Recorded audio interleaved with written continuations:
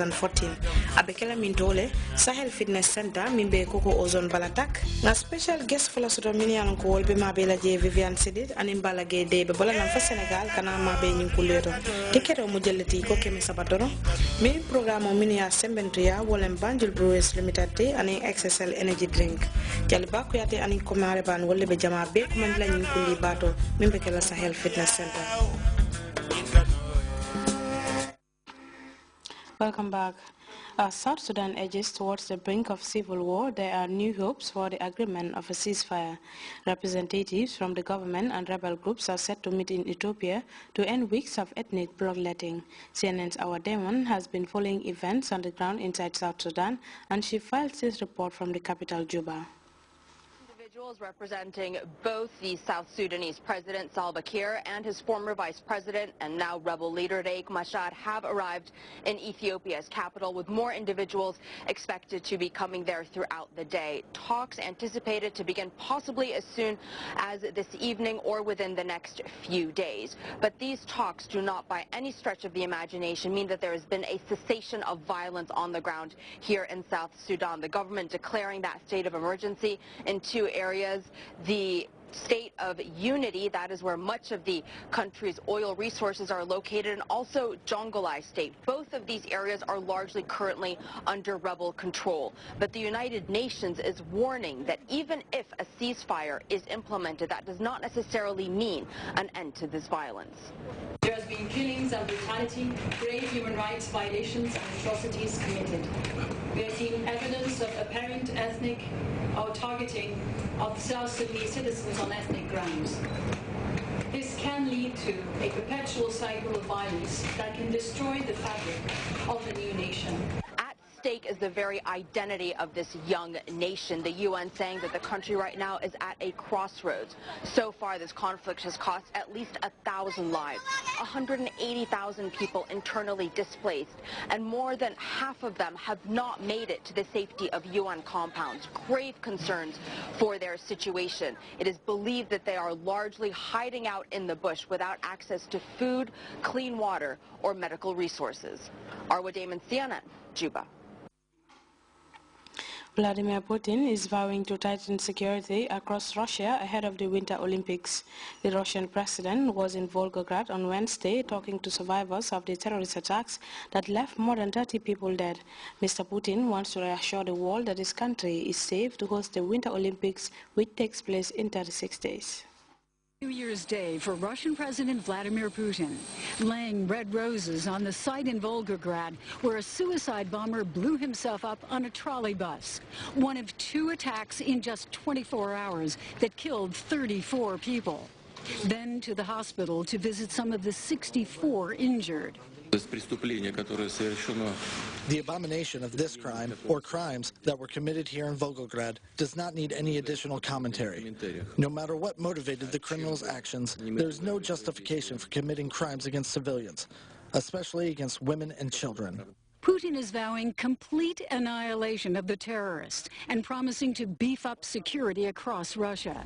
There's been no claim of responsibility yet, but suicide bombings are the hallmark of the Chechen terrorist dubbed Russia's Osama bin Laden, 49-year-old Doku Umarov.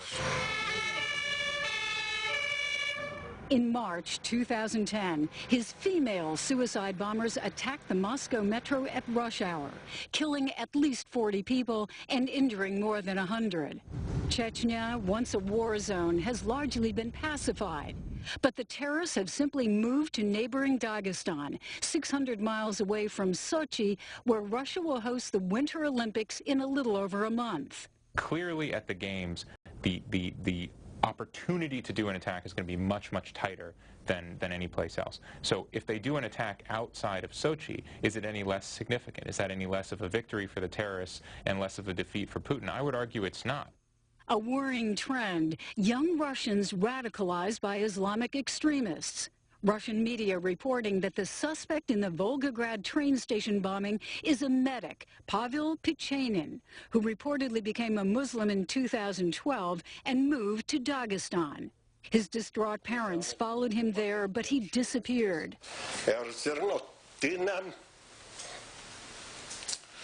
They record Video, his mother saying, Pavel, I'm appealing to you, please come home. We'll do anything, please come home.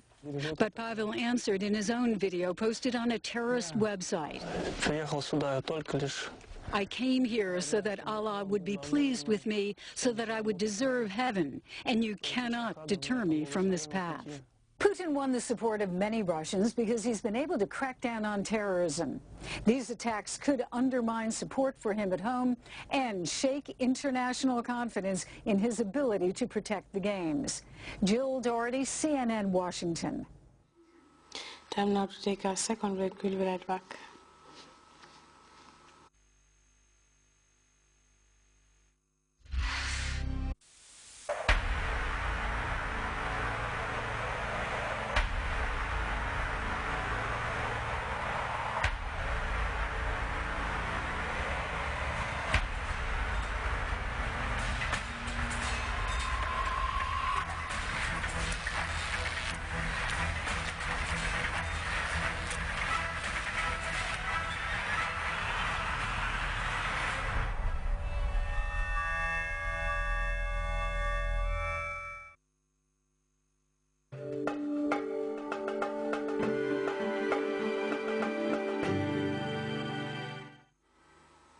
It's now time to look at the weather report thanks to the Central Forecast Office.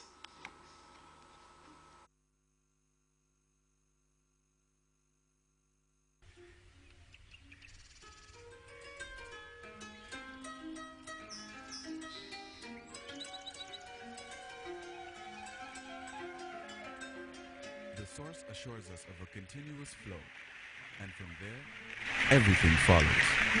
And for those of us who know what the River Gambia stands for, understanding its sustainability in all aspects of life is easily confirmed. The River Gambia provides nutritious delicacies as food, while it provides its wildlife a balanced ecosystem. This river, as a sanctuary, is committed to its inhabitants' needs without season. And as you travel along, all these values are replicated in one company, Elton. Just like the River Gambia, leads in its commitment to values that matter most. Elton, championing the vision for a new generation.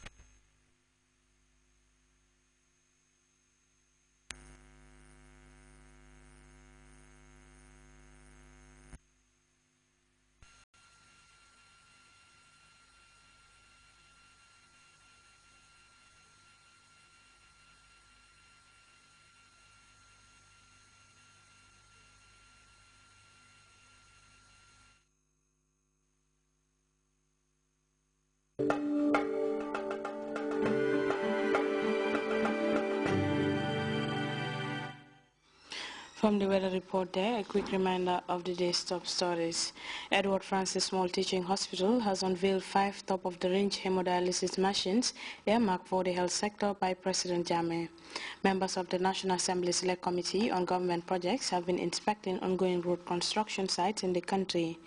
The government of South Sudan and rebel groups are set to meet in Ethiopia as part of efforts to end weeks of ethnic bloodletting in Africa's newest state.